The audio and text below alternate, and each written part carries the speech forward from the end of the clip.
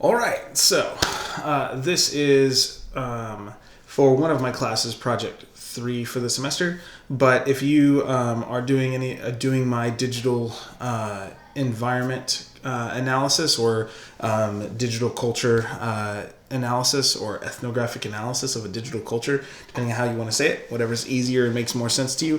The bottom line is there is a culture where people are interacting and having this communication back and forth. There are embedded values in a culture, that kind of thing.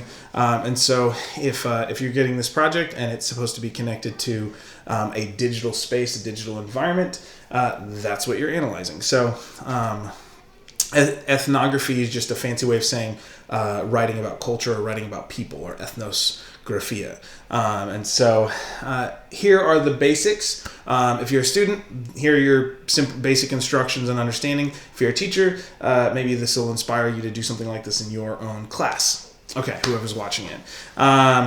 So for this version, it's not uncommon for people to say, let's analyze a space, let's analyze an environment, let's analyze a culture, and so or a paper that's an analysis of a place or an ethnography of a place. We're just choosing a digital space. So the important thing with this is, one, you have to choose a specific digital environment or culture.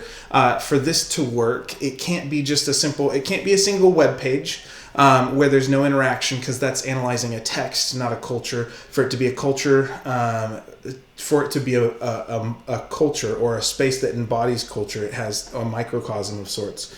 It has to have social interaction in that space. So there has to be some sort of commenting function or chat function, or some sort of way that people talk back and forth to each other within the space you've chosen for this. So a web page or a website, if there's no feedback function that you can see, or no comment or chat function or social function on that site, then it is a text, not a culture. All right, so choose a digital culture. When I have students do this, they also sometimes will default to choosing a large social media platform. So they'll say, I'm going to study Facebook, or I'm going to study YouTube, or I'm going to study TikTok. And that would be studying a technology. That might be studying a social media platform, but that would not be studying a culture per se, for a couple of reasons.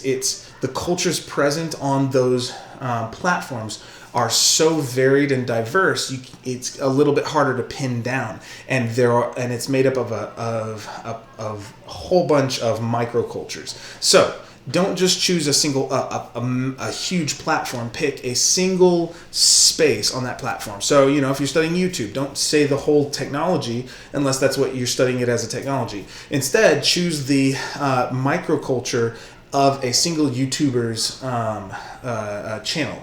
And so you can see how people, what's the way people talk in the comments. How does the YouTuber participate with people? How do they engage?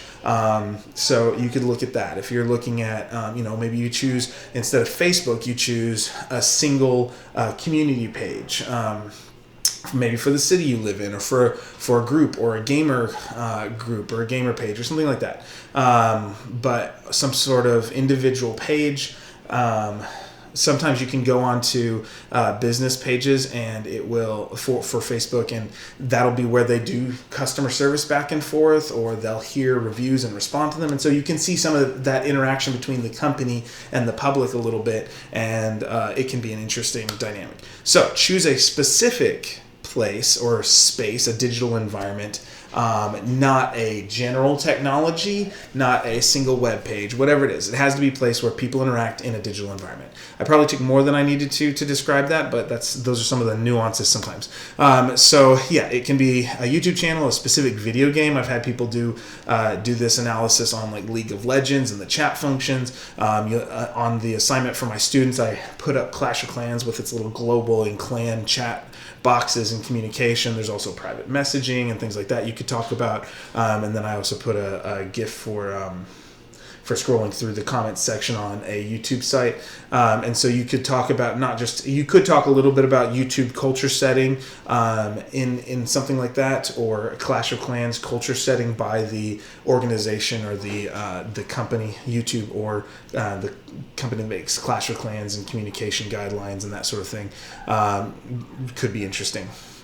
But you'd still want to focus on it as it applies within a specific microculture on a single channel or single page. Otherwise, it will be too big to really cover in the size of paper most people are doing for the type of class I usually teach, at least. So we don't have people writing 60-page dissertations or 60-page master's theses or anything for this project, but you could if you wanted to, and there are published articles. It's kind of fun. With that, so you're writing an ethnography, and ethnography is graphia, writing about ethnos, culture or people. And so you are analyzing how people's practices, beliefs, and norms all interact in this space, how their practices display the common norms or indicate individual beliefs based on how they're engaging in communication or interaction. So it is the writing culture of a digital environment. I did not specify that at the beginning. So it's the writing culture of a digital environment. With that, so choose a text, gather data. You can gather data a variety of ways. You could do screenshots. You could do all kinds of fun stuff like that. You could go in and actually engage in commenting back and forth with people, asking them questions on why they do this, doing mini surveys or interviews if you could. Depends on how much time you have and the scope of the project. Those are always options. And so you want to get data that then gives you a foundation to start building meaningful analysis on. What are the practices people use, and can you ask people why they're using them? And then you start putting that all together. After that, you can continue pushing on analysis. And in my class, we teach a variety of analysis methods, from Venn diagramming, stakeholder analysis or mapping, fishbone diagramming, SWOT analysis, process algorithms. And I do have YouTube videos on many of those. So if you're not sure what those are and you're like, how would I use that? You can try and go jump into some of those videos elsewhere on the channel if you need to. But you can use, so if you're mapping stakeholder analysis for YouTube, maybe the instant thing is like, okay, I've got the YouTuber and I've got their fans or their trolls or whatever. But beyond that, you might also look at the the administration for YouTube generally, what the people who govern what happens, the censorship, who creates the censorship policies of that and whatnot. You could also look at political entities that might be dealing with First Amendment rights or freedom of speech, that kind of thing. So you can choose how you jump into this. And you don't have to talk about all of these things. You could pick one and just drill down really deep on it. But as you research and analyze how people interact in this digital space or culture, make sure you're building meaningful claims about the practices and what they suggest about specific social norms and beliefs about communication in this space. Because again, it's a what's the writing culture? What do people believe about communication and interaction in that way? For this particular when I'm making this video, for this version of this, my students should be writing 12 to 1600 words. They should cite 5 to 9 academic sources, and 4 of these sources I'm asking them to use readings from our class, because I teach a writing about writing curriculum. All we've been reading about is stuff on genre, stuff on writing technology, stuff on writing systems and linguistics,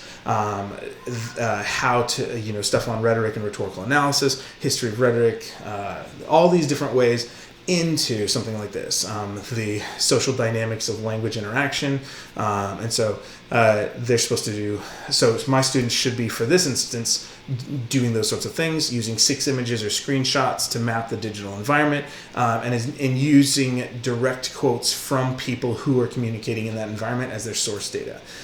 In the same way that someone studying a culture, for instance, if you just sat down and listened at McDonald's, they might transcribe what the conversation they hear, and that would be the data.